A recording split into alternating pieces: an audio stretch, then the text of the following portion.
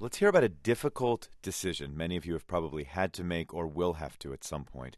How best to care for a loved one at the end of his or her life. One idea to make this easier is to plan ahead, and the federal government is considering changing Medicare rules to encourage doctors to begin these kinds of conversations before it gets too late. To hear more about this, we're going to two parts of the country. First, Southern California. Here's Stephanie O'Neill from member station KPCC.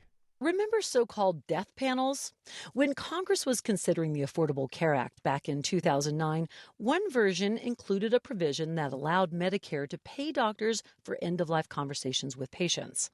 But then Sarah Palin claimed, incorrectly, that this would lead to care being withheld from the elderly and disabled.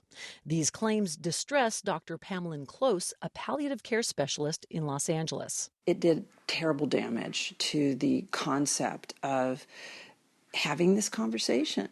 Amid the ensuing political uproar, Congress deleted the provision. And that, says Close, further discouraged doctors from having these talks. We just are not having these conversations often enough and soon enough. And the loved ones who are trying to do always the right thing ends up being weighed with tremendous guilt and tremendous uncertainty without having had that conversation. That conversation often delves into end-of-life treatment options and legal documents, such as advance directives and living wills. It's complex stuff that typically requires a series of discussions. Right now, Medicare only pays for advanced care planning if it happens during the one-time Welcome to Medicare visit for new enrollees. Some private insurance companies are starting to reimburse doctors for the service, but many physicians who have these talks often do so on their own dime, or more often, not at all, says Dr. Daniel Stone. He's with Cedars-Sinai Medical Center in Los Angeles. When a doctor has patients scheduled every 15 minutes, it's difficult to have a face-to-face discussion about values and goals related to the end of life, which is one of the most sensitive topics that you can possibly discuss with a patient. A 2011 study by the California Healthcare Foundation found that 80% of Californians want to have an end-of-life conversation with their doctors, but that fewer than 1 in 10 have done so. The Alliance Defending Freedom is a conservative Christian organization that formally opposes the proposed rule. Catherine Glenn Foster is a lawyer with the group. By paying doctors for these conversations, what we're doing is opening the door to directive counseling and coercion. Foster says her organization supports end-of-life counseling and planning, but not in a doctor's office. The doctor is not really the person that you would want to be having it with, and particularly not a general practitioner who wouldn't be able to advise on the nuances of end-of-life care in the first place. But those who support the proposal say health providers are key partners in such conversations, and they say that makes a doctor's office an ideal place to start talks about end-of-life care. For NPR News, I'm Stephanie O'Neill in Los Angeles. I'm Kristian Foden-Vencil in Portland.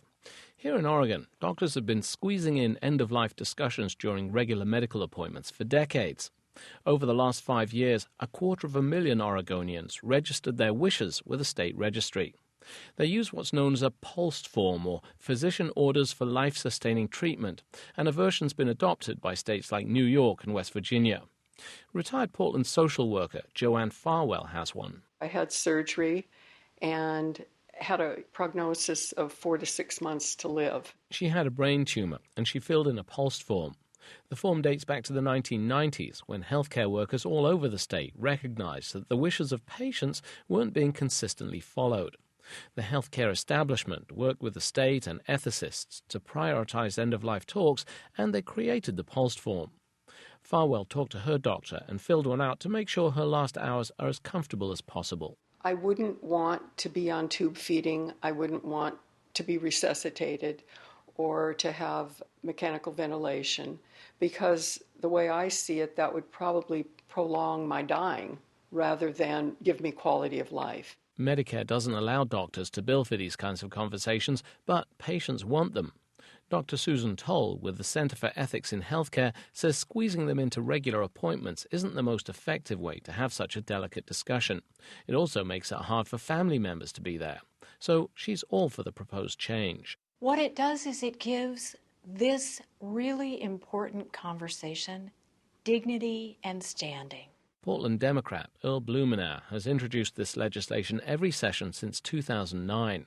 He says until now, the feds don't seem to have placed any value on helping people prepare for death. The Medicare program will pay for literally thousands of medical procedures, many of them very expensive and complex, even if the person is at the latest stage of life and it may not do any good.